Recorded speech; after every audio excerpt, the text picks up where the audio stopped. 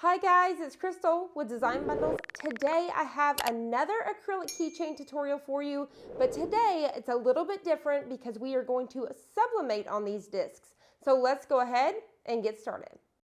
The supplies you're going to need for today's project are some printed out sublimation designs. You're going to need some clear acrylic blank. These are 3 inches, and you're just going to remove the back side. So you're just going to take your little tool. Some of them will already have it on both sides. You're just going to simply peel that off. So once again, these are 3-inch clear acrylic blanks. You're going to need some paint. This is optional because you can definitely just leave them transparent. You're going to need some keychain hardware, some water, a paintbrush. You're going to need some heat-resistant gloves and parchment paper, as well as a tool to apply your hardware. Now, when it comes to these blanks, you can actually already purchase these for sublimation. They make blanks that are acrylic, and they have like a white backside that helps make them pop. So this is one that I've already done, and I painted the backside with a gray and then added some Mod Podge. So let's go ahead and get started. So I'm going to take these over to the press so we can make some. So now that we are over here at the press, what I'd like to do is put down a piece of parchment paper, butcher paper. You could use cardstock, and then I'm going to put the clear acrylic blank over the design and flip it over. So you want these flipped over. And then I'm going to do the same thing over and over again. Now, the really cool thing about these designs is you can personalize them. So inside of your software, you can just write out the names and stuff like that, and definitely personalize these. So I'm just going to continue forward. I'm going to do about 4 of these at a time, just lining them up and flipping them over. I'm not even going to worry about tape for these.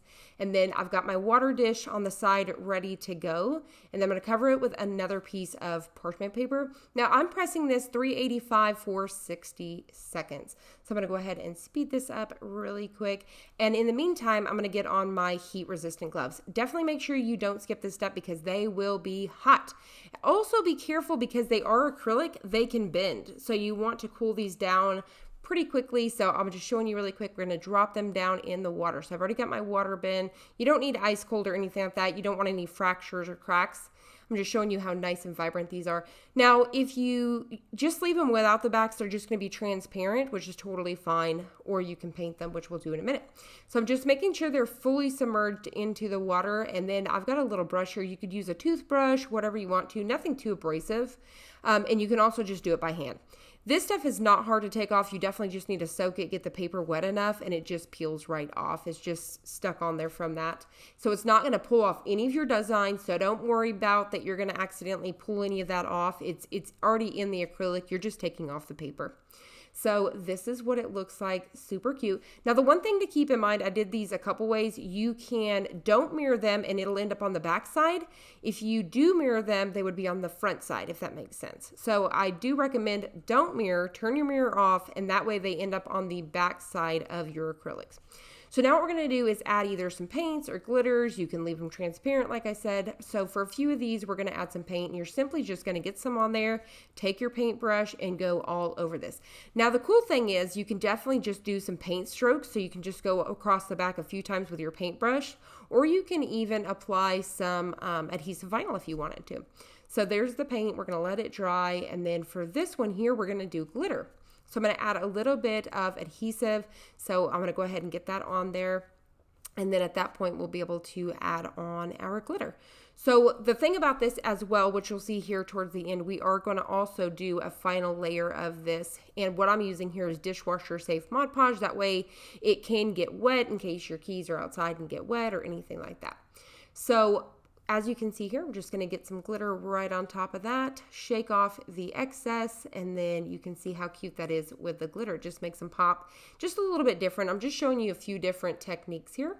There is a ton of them, and trust me, we're definitely going to have to do another video on this. This just adds to the whole acrylic keychain saga we've got going on here.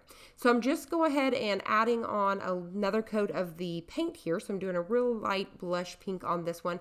I love the brush strokes. If that's something you don't like, you could definitely use like a foam brush or something like that. See, and with that that paintbrush look of the design on that one, it just kind of makes it pop. It almost looks iridescent, and it's not. Now on this one, just to show you how much more it would pop if you had a white background, I went ahead and did white acrylic paint just to show you how much more it would pop with a background that's white. So you can see that there. I just love the way these came out. I'm so excited, and you don't have to worry about compared to adhesive vinyl. They're never going to come off. And once again, you don't have to paint the back. So now I'm just going over a final coat with the Mod Podge. You don't have to do more than one layer with the paint. Just one is good enough. Same with the glitter. You can do as many layers if you want. This one's kind of almost a little bit transparent because I did one layer. If you don't like that little bit of a transparent look, you can definitely add more layers. So just add more of the Mod Podge, more glitter, and then add that final coat at the end, and that would make it thicker and more of a glitter background, if that makes sense. So I'm going to go ahead and add one on here. Now on this one, I had a little bit of that blue glitter left from the other one, and it just added to the texture and design of this one. Because when I'm done with that one that we just did, I'm adding some here, but on the other one, I actually took like a sandpaper and I roughed it up a little bit to give it more of a grungy look, just to kind of play around with it. So that's something you can do as well.